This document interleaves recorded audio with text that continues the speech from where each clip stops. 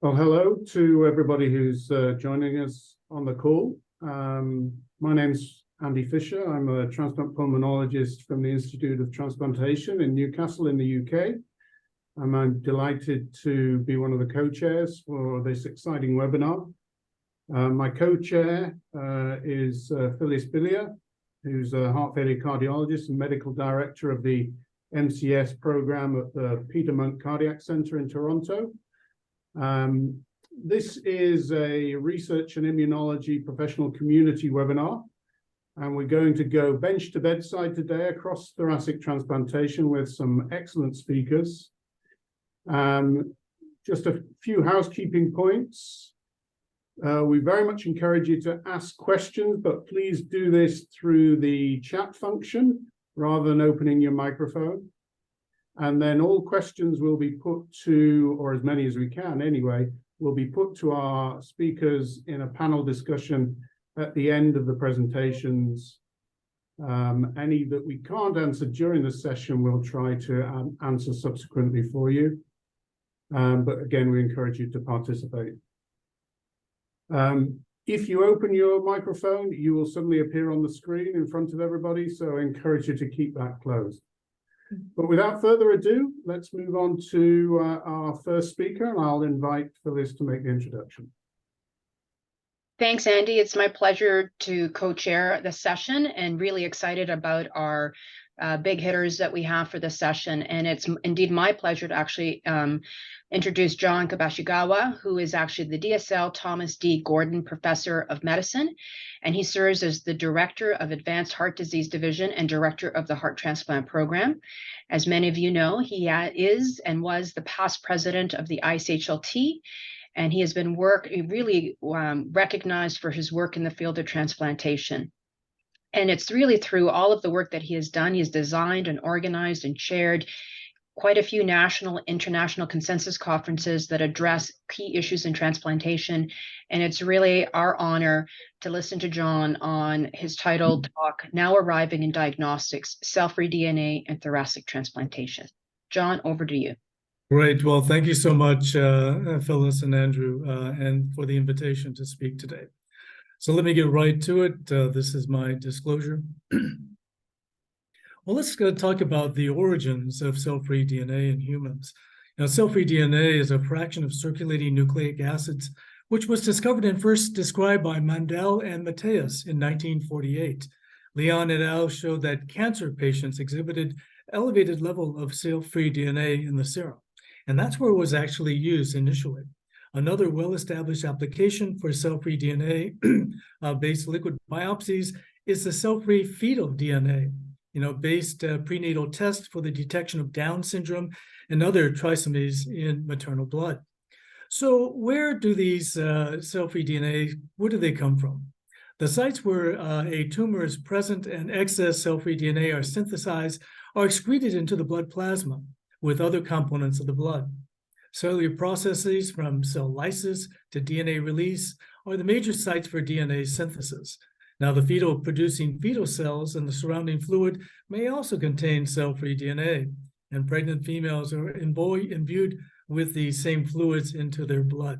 Now, how did they get into heart transplantation? Well, I'm going to digress just for a minute here because this is a nice story where Dr. Hannah Valentine at Stanford was just perusing lectures and got into a lecture by Dr. de Valamic talking about the use of cell-free DNA in the fetus. And so she thought about it and says, well, wow, we have a organ from somebody else. We might be able to use cell-free DNA to detect rejection. And so that story became true. De Valamic et al. Had devised a non-invasive sequence-based method to monitor and predict rejection, relying on the presence of donor DNA in recipient blood plasma.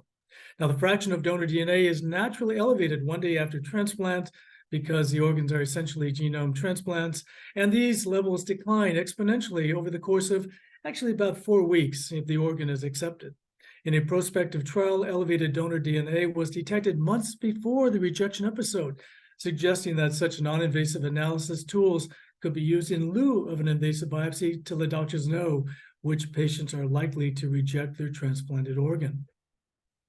Well, what do we currently use right now? Well, currently the gold standard for rejection is the invasive endomyocardial biopsy.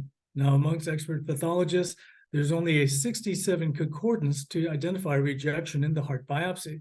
And therefore, there is an unmet need for a reliable test to detect heart transplant rejection. And wouldn't it be great if it is non-invasive in nature?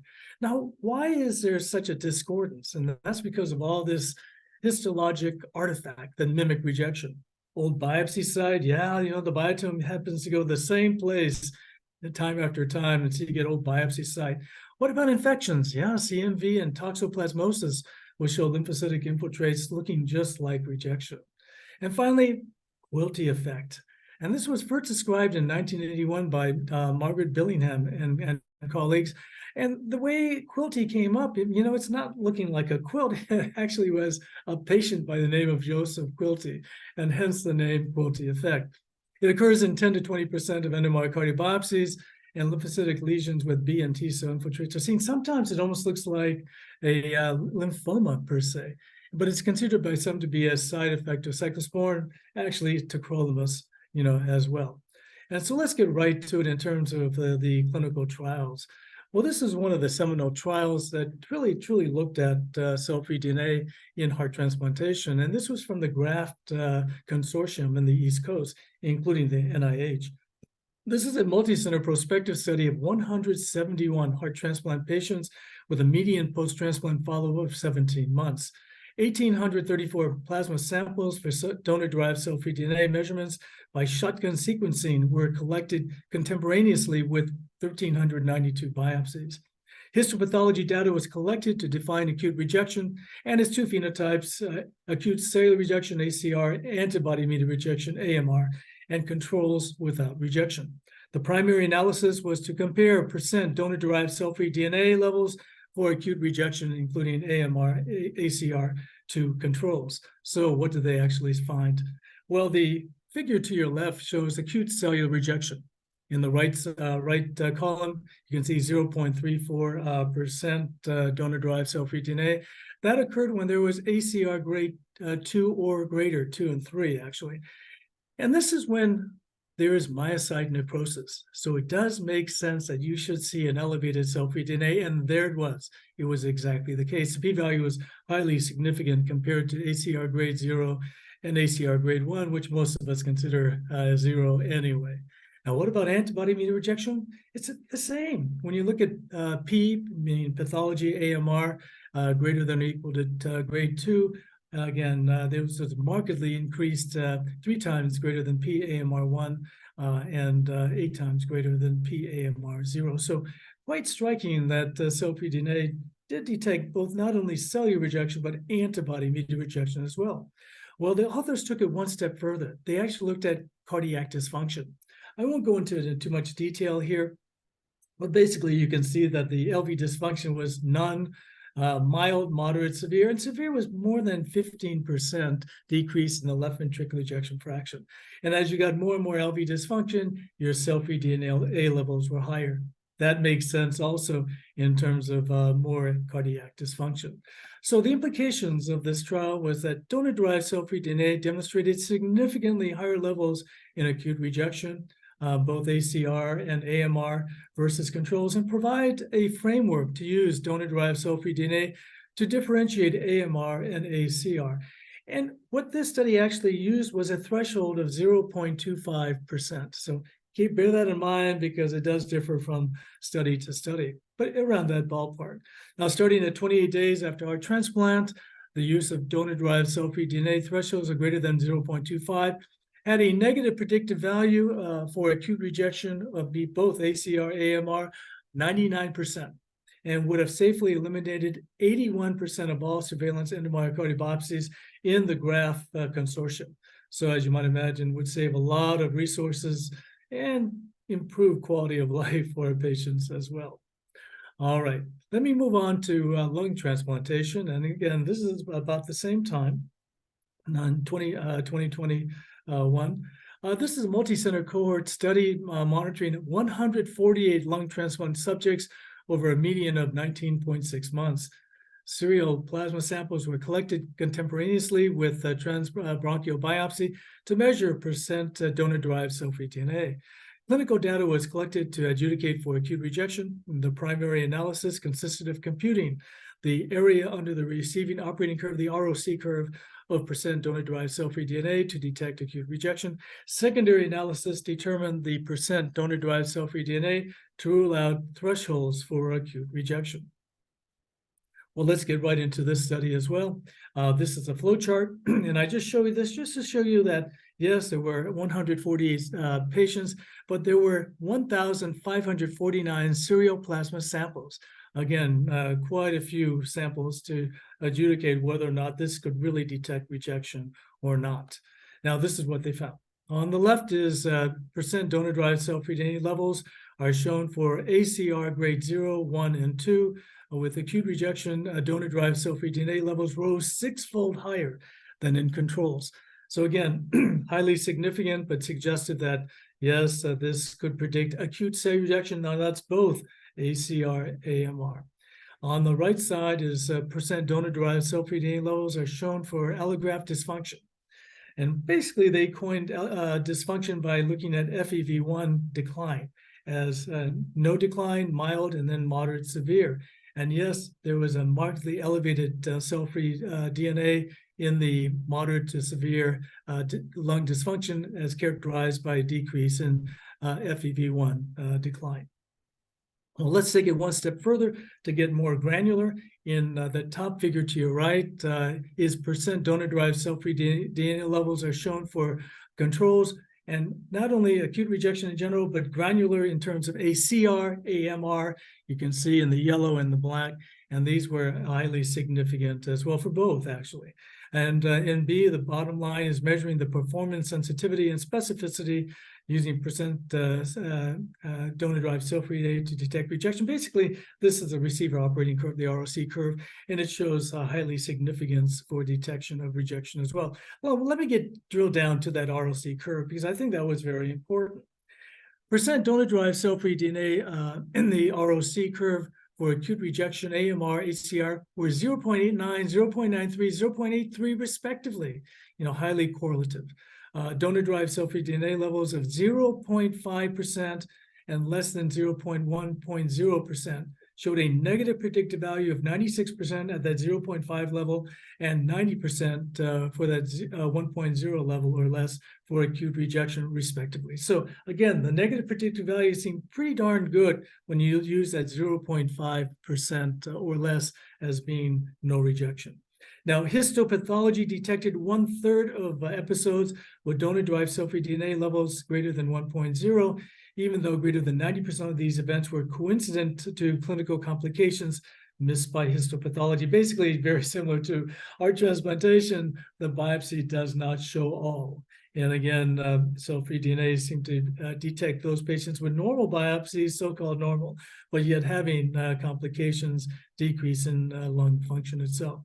And so the implications, this study demonstrates that percent donor-derived cell-free DNA reliably detects acute rejection and other clinical complications potentially missed by histopathology, lending support to its use as a non-invasive marker for allograft injury.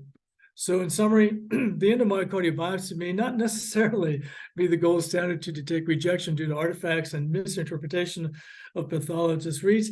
However, when you query all the transplant cardiologists, we still feel that it is viable to let us know what's going on in general in our patient population.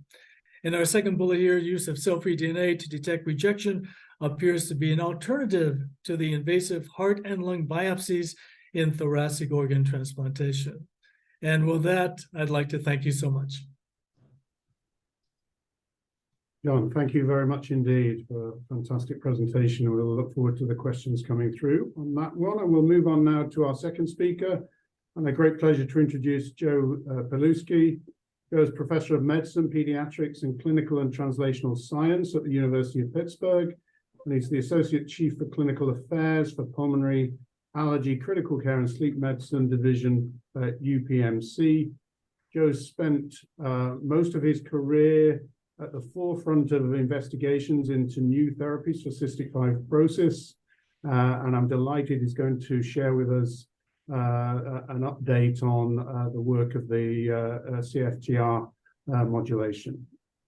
Go over to you. Yeah, thanks so much, Andy. I hope you can hear me okay. It's a pleasure to be here today and share some of the amazing work that's been done in CF over the last probably 30 years.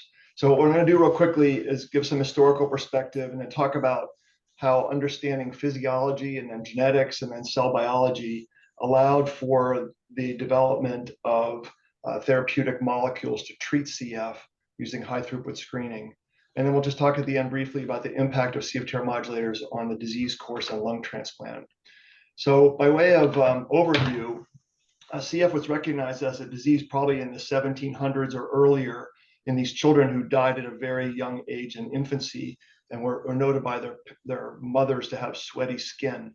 And Dorothy Anderson in 1938 and in 1951 published a few seminal observations about the pathology of these kids in the US who died from meconium and malabsorption and heat frustration, and essentially coined the terms fibrocystic disease of the pancreas, which we now know as cystic fibrosis.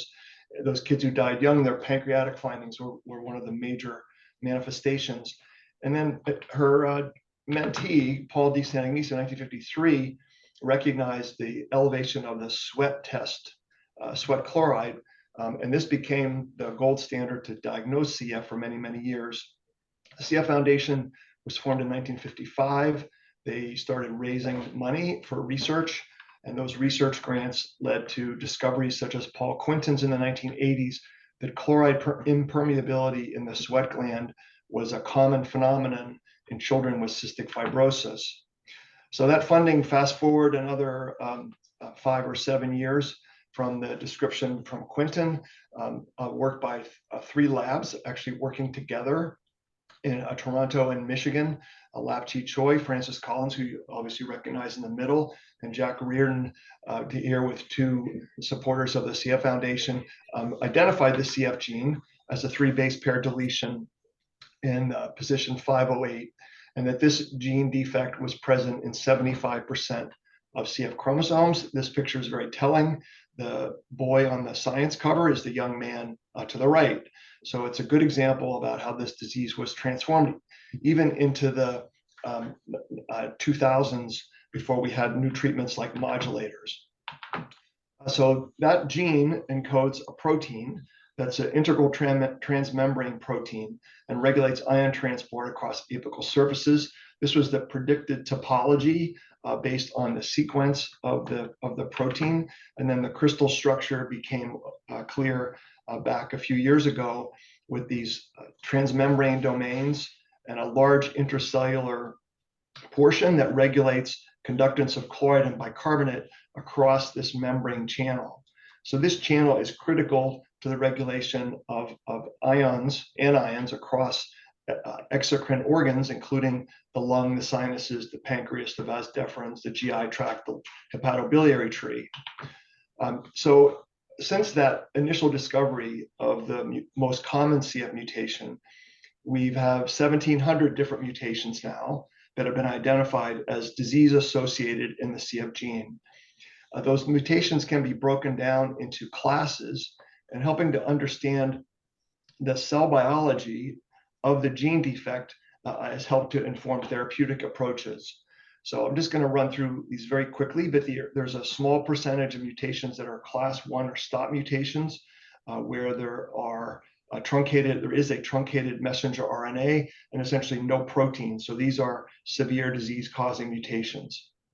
The most common mutation, delta F508, falls into this class 2 group of mutations. In these mutations, there's a problem with CFTR biogenesis. So the protein is full-length synthesized, but because of this defect in the protein folding, it gets targeted for proteasomal degradation, and very little of that channel makes it to the apical surface. In class 3, 4, and 5 mutations, a full-length protein is synthesized that makes it to the cell surface, but it's dysfunctional. It either doesn't gate properly or it has a lower conductance than a wild type or normal protein. And there are lastly these class 5 or splice mutations where there's just aberrant mRNA splicing that leads to reductions in surface protein expression. So understanding this sort of genetics and cell biology led to the development of a drug discovery effort. So the CF Foundation invested in drug discovery, a small company called Aurora Biosciences, which is now Vertex, and they applied high throughput screening to identify molecules to restore CFTR channel function. So essentially knowing how these different mutations work, they took cells that expressed a class 3 mutation, a G551D mutation that traffics to the cell surface, screened tens of thousands of compounds using a cell-based fluorescence membrane potential assay to identify potential compounds that would activate that channel in the cell membrane. And they called these potentiators because they were designed to take a channel that was expressed at the cell surface but wasn't functional. They then did medicinal chemistry to optimize it and develop it as a drug. And in this figure from the initial paper in 2006 by Fred Van Goor and his colleagues provide the compound structure and show what the effects are looking at ion channel physiology. So what they looked at was the conductance for chloride in heterologous cells that expressed this protein, the specific mutation. And what's shown here is a comparison of FRT cells expressing a G551D mutation, which was their target mutation, and compare that to F508del expressing FRT cells, which they did not think would respond to this compound because very little of that protein is at the cell surface. And lo and behold, what they showed is that's in fact the case, that this compound increases chloride conductance in G551D cells, but not F508del expressing cells. And I won't go through all the rest of this slide, but say that they translated that from FRT cells, a heterologous expression system, into primary human airway epithelial cells derived from transplant recipients. And they showed that if you took cells from an individual who had G551D and F508del as their two mutations, exposed them to increasing concentrations of this compound, you had activation of chloride conductance that was inhibitable by a compound, this inhibitor. So it was CFTR protein specific or channel specific. Again, it didn't really work in cells expressing two copies of the F508 mutation, only in those with the G551D mutation. So this was the first clue that you could make small molecule therapeutics for a defective protein relevant for CF. Having demonstrated that in vitro, this compound restored about 50% of wild type function, they then took it to a variety of clinical endpoints, which we had well established for how you could determine whether an oral compound had an effect on individuals with this G551D mutation, which accounts for about 4% of the CF population. This is the phase 2 trial, shows pulmonary function versus dose in so it's like a 4-week study. And what you see is that as you increase the doses of this VX770, you had up to a 10.5% increase in FEV1 in this small cohort of patients. That was then taken to a phase 3 multi-center, multinational trial, which showed convincingly that compared to the placebo shown at the bottom, the FEV1 change was dramatic, 10%, and sustained. So these are the biggest improvements in FEV1 that have been seen with any acute therapeutic in individual CF. And the effects are in fact discernible within several days of initiation of the drug. Okay, so now they had a drug that if you had channels sitting in the membrane, if you take this middle of the left side of a transmembrane schematic with ion channels in it, if you had channels in the membrane and you added a potentiator, you could increase chloride conductance. What then they reasoned was, well, we need something for this much more common mutation, the F508del mutation, where there are rare, if any, channels in the membrane. So the approach there was to say, let's identify a compound that will push F508del out of the proteolytic proteasomal pathway of degradation to the cell surface. And they called those CFTR correctors. They took a high throughput screening approach again to this specific mutation in vitro. And the long and short of it is they're able to identify compounds that achieve this. So this is an example of a first generation compound, VX809, that increased chloride conductance But when you, to some degree, but probably not enough to be clinically important, if you then added a potentiator, this is the sort of effect you had. You got to 30% of wild type activity, which may be enough to give you a clinical benefit. So that second generation drug was actually approved, but not optimal. So they reasoned, well, maybe we can take two drugs together to increase trafficking. And in this New England Journal paper, they demonstrated that if you take a combination of three drugs, which I won't name, but you put them together, you can increase the expression of protein at the cell surface, as shown in the top panel, and you can increase chloride conductance in the bottom panel. So this three-drug combination increased expression and function of CFTR in delta F508 homozygous cells. The clinical studies basically recapitulated what we found with the VX770 or ivacaftor, an increase in FEV1 of about 10% and a reduction in sweat chloride to almost normal values.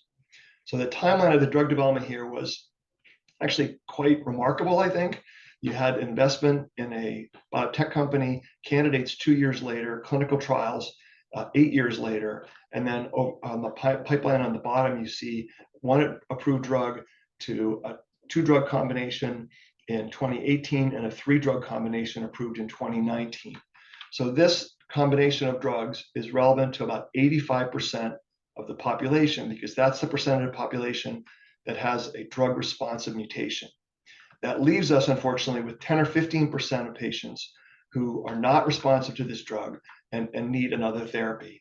A picture's worth 1,000 words. This shows an example of somebody's CT scan before and after starting this 3-drug combination. You see a marked reduction in mucus plugging, and he had about a 30% increase in FEV1. So what has this done for transplant? The French collected serial data before and after initiating Trikafta, this elexacaftor, tezacaftor, ivacaftor, in a cohort of patients with advanced lung disease, because at the time, we weren't sure whether there was a degree of structural lung disease for which there was no coming back. The patients couldn't benefit. So what they showed in this study was that when they started this open label compassionate use protocol, 15% of the patients had been referred for transplant, 6% of those with advanced lung disease were on the list, the other 40% were at the time not considered. So 21% in the transplant path.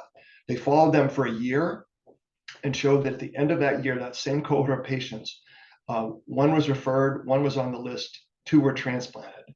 And so the number of patients who were in need or under consideration for transplant went from 20% to 2%. So a dramatic reduction. And that's translated, as many of you know, into a reduction in the number of transplants for CF in the United States since 1994. We peaked at about 265 back here in the late 2010s. In 2020, less than 100. And in the last year, a little over 50. And then lastly, I'll point out the pediatric lung transplants are becoming a thing of the past. This is the number of pediatric lung transplants in green. Last year, I think this was an N of 1 or 2, so almost none. So that's where we are with the development of these drugs. And I've tried in really short order to help you understand how understanding the gene and the function enable development of modulators. That these have really been transformative. It's changed the whole face of cystic fibrosis lung disease for those 80 or 85% who are eligible. And that it's reduced the number of transplants dramatically and will become a rare event for individuals who are under the age of 18. So sorry to be quick, but I'm trying to be conscious of time for everybody. So thanks for the opportunity. It's a pleasure to see you all. Thanks, Joe. That was an incredible trajectory and really highlights one of the reasons why we wanted to do this webinar. And indeed, it is my pleasure to actually introduce our next speaker, who is Corey Levine.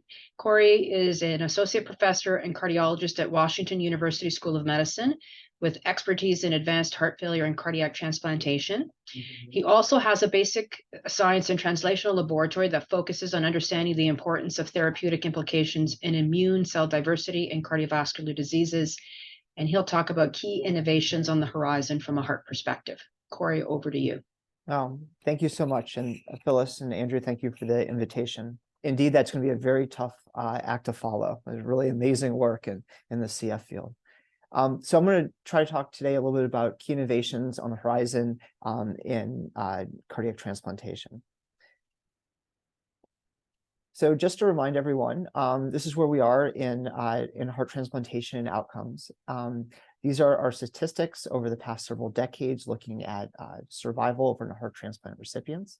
As you can see, we've gotten better over time, going from the blue to the purple lines, but there's still, a ways to go. And some of the major issues that we continue to face are graft failure as a result of primary graft dysfunction and rejection, infection, and malignancy. And so today, what I'd like to do is talk about 4 topics briefly. One's advancement in allograft and cancer surveillance. I'll talk about the rise of biologics briefly for antibody-mediated rejection, and then spend a little bit more time talking about donor heart conditioning and the outlook. I think that those techniques can provide our field. And then lessons that we've learned from recent xenotransplantation experience. And I think this helps us frame an argument to try to move from immunosuppression to immunomodulation and allograft tolerance as really our goals for our post-transplant care. So first, I want to talk about allograft surveillance and immune monitoring.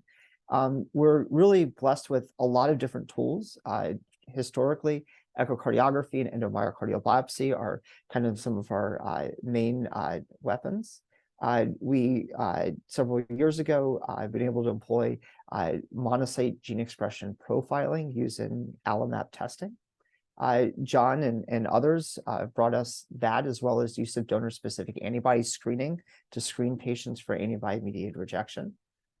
Recently, additional advanced imaging has become available to improve our screening for cardiac allograft vasculopathy, both intravascular coronary ultrasound, as well as quantitative perfusion PET, which Phil will take a main stage in the coming years. But the area that I wanted to talk about in a little bit more detail, and this was mentioned in a prior presentation, but I just want to highlight a few key elements because I really think it's going to advance where we are, and that's the use of donor-specific cell-free DNA testing. And I'm going to talk about some areas that are complementary to John's wonderful presentation. So cell-free donor-derived nucleic acid testing is really based on the concept that the donor heart has different DNA than the recipient, and that can be very readily detected in the plasma or serum using next-generation sequencing. And based on receiver operator curves for both antibody-mediated rejection and acute cellular rejection, it's really fantastic.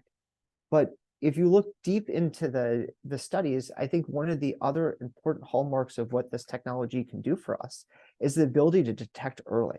And so these are examples of 2 patients, but there's many more included in this wonderful randomized trial, looking at the temporal course of when AMR began and what happened after treatment. And as you can see from each of these cases, both at the top and the bottom, and red here are your AMR scores on pathology, and the orange bar is the donor-derived cell-free DNA percentage. And you can see that the percentage of donor-derived DNA detected goes up well before the biopsy is indicative of pathologic AMR. And that's seen nicely in both of these cases by a significant period of time. The other, I think, really elegant component of this assay is the fact that you can, in real time, monitor treatment responses. Especially for antibody-mediated rejection, there's always some, I don't want to say confusion, but question mark of whether our therapy is working. And many times you have to wait several months to see if allograft function's improving, to see if the biopsy is looking better. But this test gives us a really rapid means to see if our therapeutics are hitting their target and whether the patient's receiving the right therapy. And I think that is going to be a really primary use of this technology. I also think that this is essentially a first experience. And there's many other things that cell-free nucleic acid testing can do for us. You don't just need to measure DNA. You can measure RNA. You can measure methylation patterns to understand where the DNA is coming from in terms of the cell types. And I think it'll be very useful for us to try to titrate our medications to limit the chances of rejection, but also limit the chances of malignancy and infection. So in addition to identifying DNA that comes from the transplanted organ, in our case, the heart, You can also identify nucleic acid that comes from different viruses. Many viruses live in our genomes dormantly, and they get reactivated when we oversuppress the immune system. And so this is a great example from Steve Quake's paper, which was a seminal paper in this field in 2013, showing that anelloviruses, which are a dormant retrovirus, will get reactivated and can be easily detected in the plasma in patients that are immunosuppressed. And those patients really never had rejection. And it was a good hallmark of being immunosuppressed. And I think it's easy to conceptualize this technology as being useful to really allow us to test not only for risk of rejection, but risk of over-immunosuppression.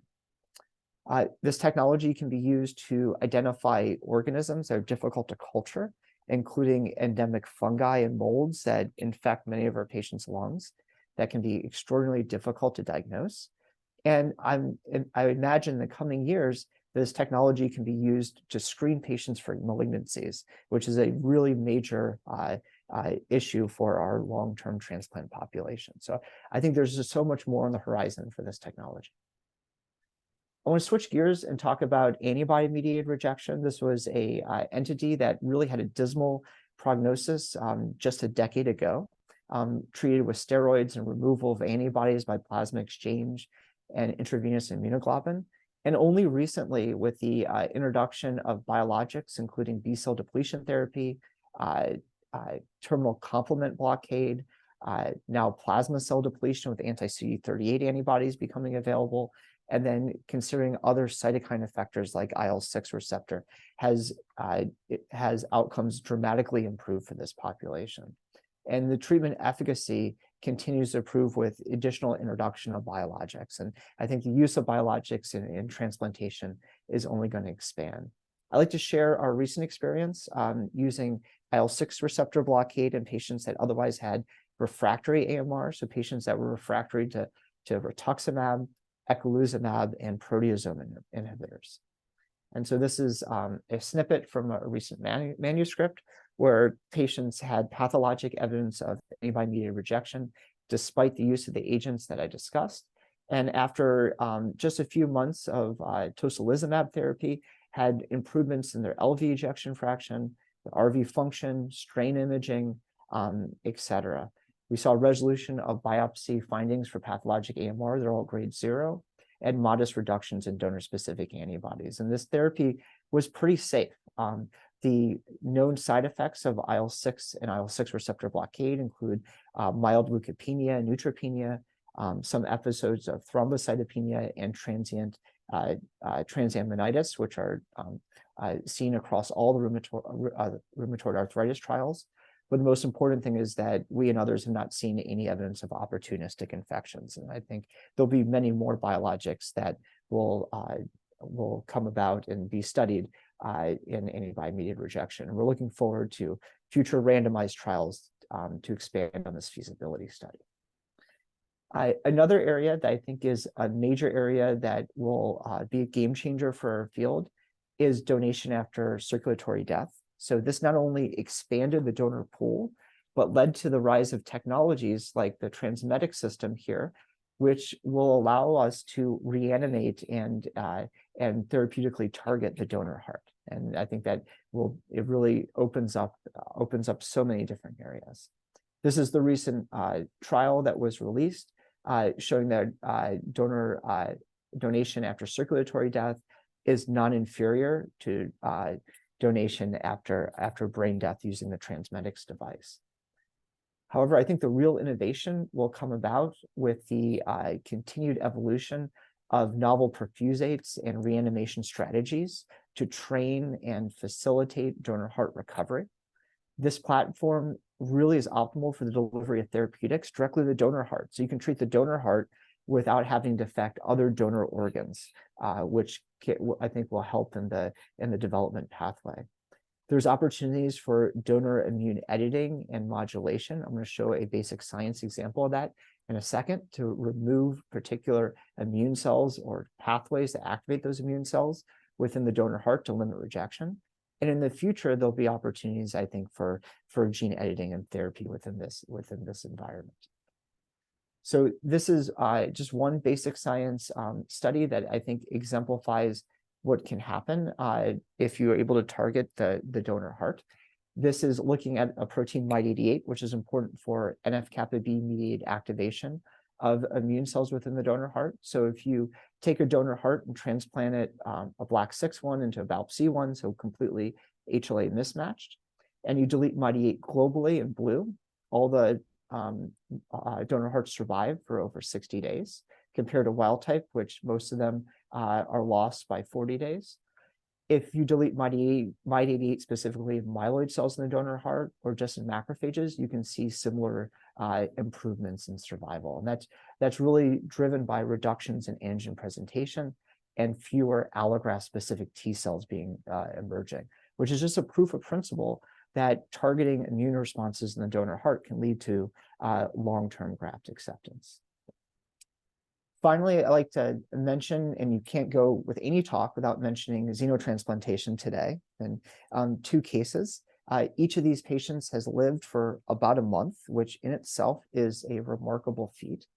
This was driven by gene editing in pigs to try to make the pig heart less immunogenic by removing pathways that would activate complement. Obviously the donors received quite a bit of immunosuppression, including thymoglobulin, rituximab, C1 esterase inhibitor, mycophenolate steroids, and this agent that I'll talk about in a second, which is an anti-CD40 antibody. And even, that these patients only lived 30 days, and the main pathology was complement-mediated lysis of endothelial cells. Much of the myocardium remained, which shows us this is possible. And also, I think, gives us important information about some of the newer immunosuppressives or immunomodulators that can be used. I'm going to talk about the rationale behind using this anti-CD40 antibody. So this goes around the concept of trying to achieve allograft tolerance rather than immunosuppression. We know today with advances in immunology that there's a ton of different regulatory immune cells that exist within our bodies, regulatory T cells, B cells, and NK cells. And these come about through a process of immune checkpoint inhibition, inhibiting interactions between antigen-presenting cells, T cells, or B cells that stimulate immune responses. And this is exactly the opposite of what oncologists do. We have 3 clinically active agents in this field.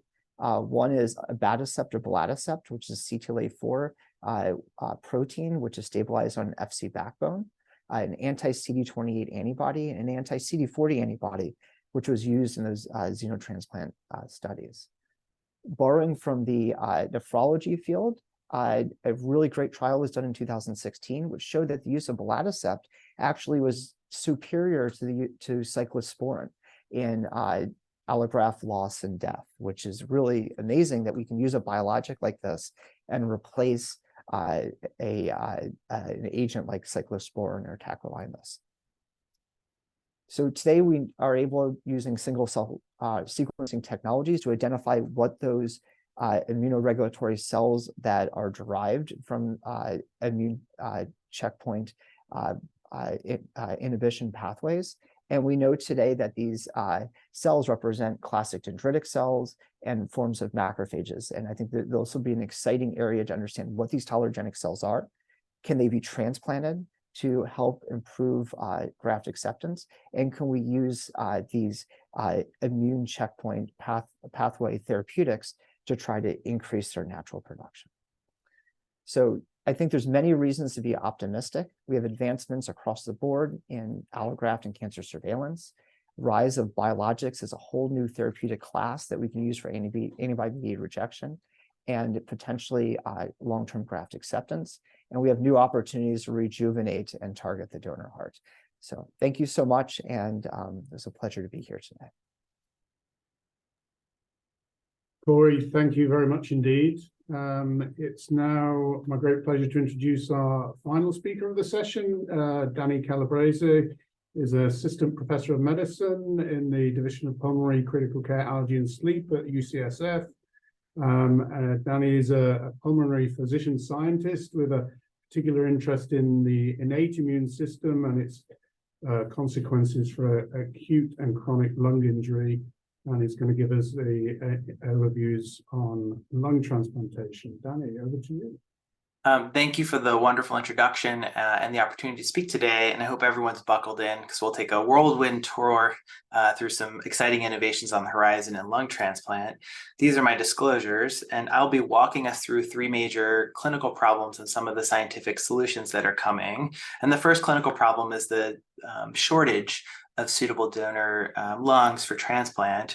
This is a slide showing the most recent SRTR data report illustrating the problem at hand that in 2021, there were over 4,000 patients on the wait list for lung transplant, though only 2,600 transplants were performed, illustrating a deficit of about 35%. And this really translates into excess patient mortality, especially those that are waiting on the wait list. And one of the key areas to address this is to expand the pool of organs that are available. And when looking at the reasons that organs might not be utilized, hypoxemia is the leading barrier. Atelectasis is the most common reversible cause for hypoxemia in this population. So this group hypothesized that proning donors could reverse atelectasis, perhaps improve hypoxemia, and lead to more lung transplants. So over the course of 2 years at a single organ procurement organization in the US, in a recovery center, they proned 40 donors and compared that to 80 supine donors, both groups of which had hypoxemia and atelectasis and would not have otherwise necessarily been considered for transplant. On the right, we see radiographically that proning significantly improved atelectasis based off of a radiographic metric. It improved hypoxemia here by P to F ratio, though the final PO2s were similar between the groups. And pretty strikingly, lungs were more often transplanted from the prone group, about a 20% absolute difference, suggesting that this might be a simple technique to improve the suitability of donor organs for transplant.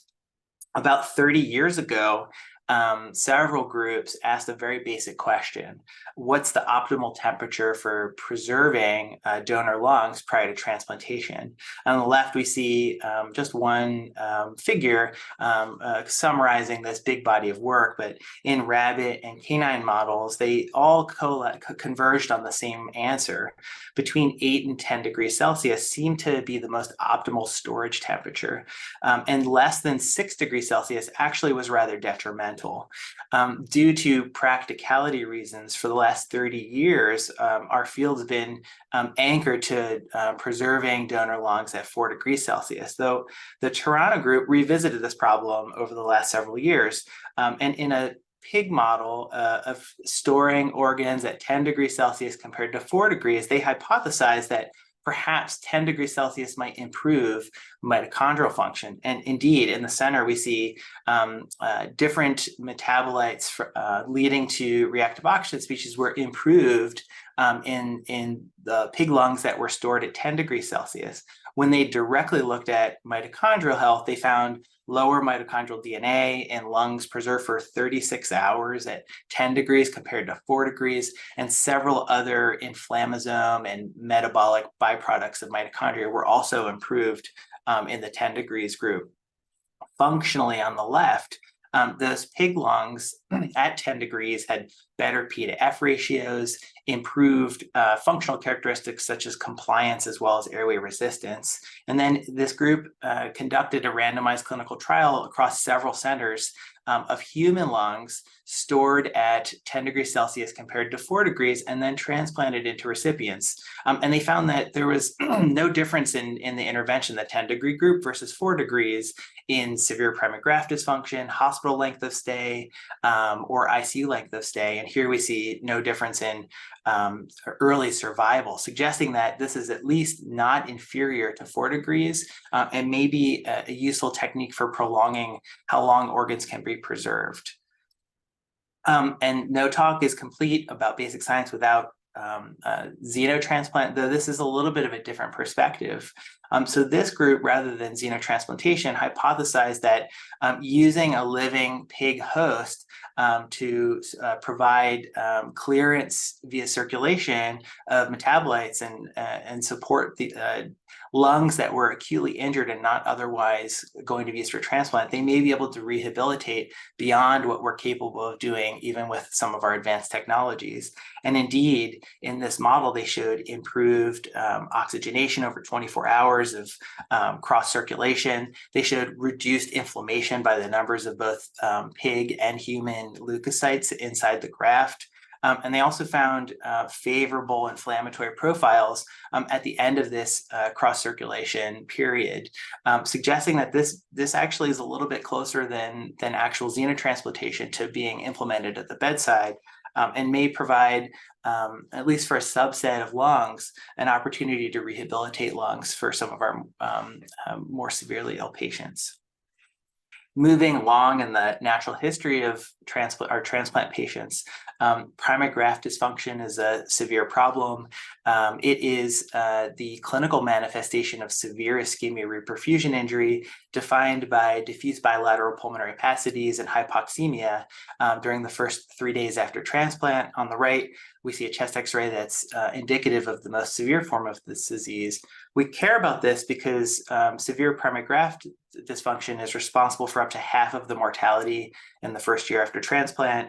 It's actually increasing in incidence as we're transplanting sicker patients, and there are no medical therapies available to abrogate this injury. Pathophysiologically, it's defined as cellular injury leading to soluble mediator release and then innate immune infiltration. And then our group hypothesized that NK cells might represent a targetable innate immune population in this process. And so we hypothesized that through the recognition of stress molecules, NK cells might be mediating these outcomes. In mouse models, we found that NK cells were increased during ischemia-reperfusion injury, and in green on the right, you can see in the isographs, they hone into the airways themselves, the site of PGD injury. On the left, in mouse and human, we found that the stress molecules that are recognized by NK cells are increased in both lavage and on epithelial cells. How those NK cells were trafficking to the lungs, we found that it's via a chemokine receptor, CCR5. When we looked at the CCR5 chemokine receptor positive NK cells, the other receptor that was most prevalent on those cells was NKG2D, which is the damage receptor. So the story is forming where NK cells are mediating primary graft dysfunction through recognition of stress molecules, and they're trafficking to the airways in a CCR5 dependent manner. So this revealed three focused opportunities to target these cells and not other cells that might be beneficial after transplant. On the left, we see that depleting NK cells blunts ischemia-reperfusion injury, blocking that damage receptor response also blunts injury. And then when we blocked the ability of NK cells to migrate to the airways via an FDA-approved drug, we found that there was less injury and there were less NK cells in the graft and around the airways themselves. So we hope these will be translated to clinical trials as part of induction therapy soon. Confusingly similar in name, but very different in function. Other groups have reported that invariant NKT cells are implicated in primary graft dysfunction. So these are a subset of CD4 T cells. They're not innate immune cells. They express cytokines. And this group previously described that IL-17 has been implicated in lung ischemia-reperfusion injury. They found that this was dependent upon invariant NKT cells. In the center panel, other groups have identified that a lot of the functions from invariant NKT cells stem from activation via the adenosine A2A receptor. And many of the cardiologists here are familiar with that receptor because it's the target of regadenosine. And so you may have seen recently a pilot clinical trial of giving regadenosine as part of induction treatment in lung transplant patients. And while it's still in the early phases and we don't have functional or PGD data, there was a signal for reduced inflammation that's part of this pathway. So here on the right, we see reduced IL-17. So we look forward to seeing some of the results out of these active clinical trials. And then finally, circling back to the nemesis of lung transplant, chronic lung allograft dysfunction. So this is small airway fibrosis and chronic rejection. It starts from an accumulation of multiple insults to the small airways. This triggers a varied and diverse immune response, both adaptive, innate, and also mediated by soluble cytokines and chemokines. Ultimately, this leads to injury in the small airways, an overwhelming injury that turns into fibroblast proliferation and then small airway fibrosis. The problem is that by the time we diagnose CLAD, there's already been a 20% loss in lung function. So it's thought to be a little bit too late for interventions. And so a very basic question is, are we sampling the wrong location when we're diagnosing our patients? And a couple of groups have piloted cytology brushes delivered to the small airways. On the left, we see a cytology brush and fluoroscopy image of one of these brushes in the small airways. Looking at the genes that are transcribed in the small airways, we see big differences during inflammation. And when all of these genes are added up into a gene score, it actually segregates patients with CLAD from those without, independent of infection. This is not just true at one center. On the left panel, we see that at the Pittsburgh experience, they've been deploying these small airway brushes and they used a different gene score, but were similarly able to identify patients with early CLAD from those without chronic rejection. How does this relate to transbronchial biopsies, so the molecular microscope, if you will? And these small airway brushes, when looking at the same genes, perform better with receiver operator curves, so better sensitivity and better specificity than the same genes investigated on transbronchial biopsies. And then this is probably one of my favorite figures on the far right. So serially sampling these brushes throughout the life of the allograft, one can get an understanding of which pathways are active relative to the timing of CLAD. And if you can intervene upon that, you get rather close to personalized medicine. So scanning down this overwhelming list, you'll see one of them is mTOR signaling. And so the question would be, would that patient that has elevated mTOR signaling be a good candidate for mTOR inhibitors? And might that prevent CLAD? And so this rapidly, one could imagine, could be incorporated into clinical trials targeting specific pathways to prevent chronic rejection. That was very quick and a lot of basic science.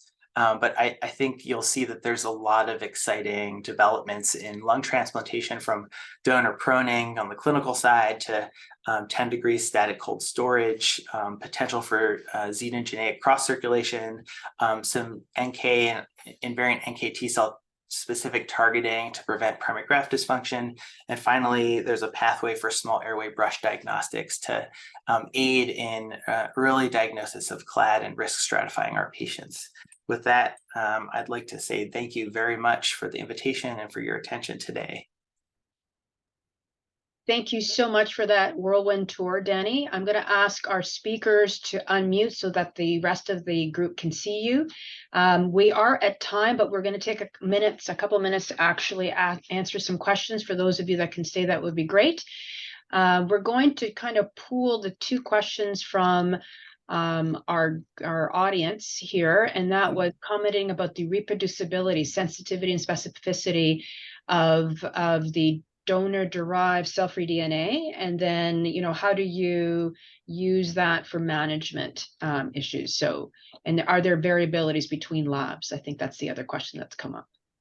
So John and Corey, maybe John first and then Corey. Yeah, I'll start real quick. It's only done in one lab at this point, the Brisbane lab, where donor-derived cell-free DNA. In terms of the how we're going to use it, well, we're trying to get together the Mosaic trial, which will be a trial of using cell-free DNA to manage immunosuppression. That will be one of the first utility studies to demonstrate any efficacy. The endpoints have still not been established, not from what I had heard yet. So that is still in the waiting, but we'll see. But for now, it's working in terms of decreasing biopsies, and that's the bottom line. Corey, you have any other thing to add? I think the only thing I'd add to that is I think it's also working out of people's experience in using it to monitor treatment effects, to know that for a patient that has rejection, that our treatment's effective. I think that's one of the areas that we'll probably have to establish through case series and reports, cohort studies rather than a trial, but I think that could be another good use for it. Great, thank you. Andy, do you want to ask the next question? Yes, so I was going to touch on perfusion technologies. I think Corey and Danny both touched on that. And your thoughts on where do we sit, cold, cool, or warm, and what the different indications for those should be? I can start and just say that is an important question that's yet not answered. So for cardiac applications, there's of course normothermic, or there's regional perfusion approaches, and then there's the transmedic system and related systems where the donor organ is reanimated, outside the donor.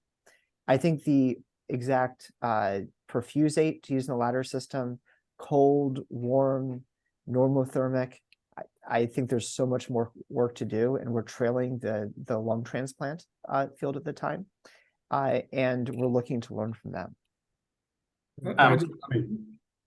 Yeah, I can just add very quickly to that too. I mean, there's some the Sherpa is also a cold storage, and also the ex vivo is another cold storage, and these are actually at least preliminarily showing pretty good protection long term. So warm may not necessarily be all that necessary. But there are some advantages to NRP. I just want to parrot what everyone said so far, but I do think that the emergence of the 10C versus 4C data is really going to be beneficial for less well-resourced centers. And so it may be that some places might have the luxury of this high technology, but it would be great if 10C might be something that could equalize the field. So I think we'll see some head-to-head trials coming. Thank you. I'm going to actually direct the next question to Joe. There's been a lot of work that the Cystic Fibrosis Foundation and their efforts to change the landscape for cystic fibrosis, and it's really quite impressive. So are there lessons to learn for ISHLT, for example, in transplant that we can glean from their approach? Yeah, I think the key in CF was understanding the basic biology. So you have to have a target. And I think some of the talks today have identified some potential targets for things like acute and chronic rejection. To the extent that you can identify those and then target them, we'll see success with things like prevention of chronic rejection, early detection. I'm a huge fan of the bronchial brushwork, at the risk of being biased since it's being done at my institution in addition to Danny's. I think that has great potential to teach us a lot about what immune cells are involved and potentially deplete them, or even look at things that are important just for small airway epithelial health, so that you don't get this dropout and fibrotic lesion that leads to death prematurely.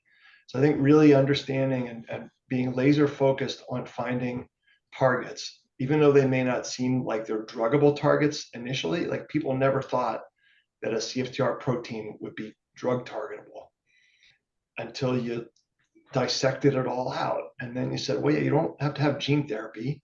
You can actually have protein therapy. And similarly, if we can identify at least some of the upstream players in the pathogenesis of acute and chronic rejection will be well served. It's going to take a lot of basic science. Andy, do you have a question? I have another one as well, but go ahead. Yeah, again, another one to Joe, if possible. Any quick comments on the value or not of using these medications post lung transplant? Yeah, sorry I didn't address that for the sake of time. So we have a registry paper published by Kathy Ramos. I think there are certainly a subpopulation of recipients where they're using the modulators is very appropriate, and in my experience has been very helpful. So it's really to target the extrapulmonary CF manifestations. So we still have a lot of patients who suffer from terrible chronic sinusitis after lung transplant, and their sinuses probably soil their lower airways.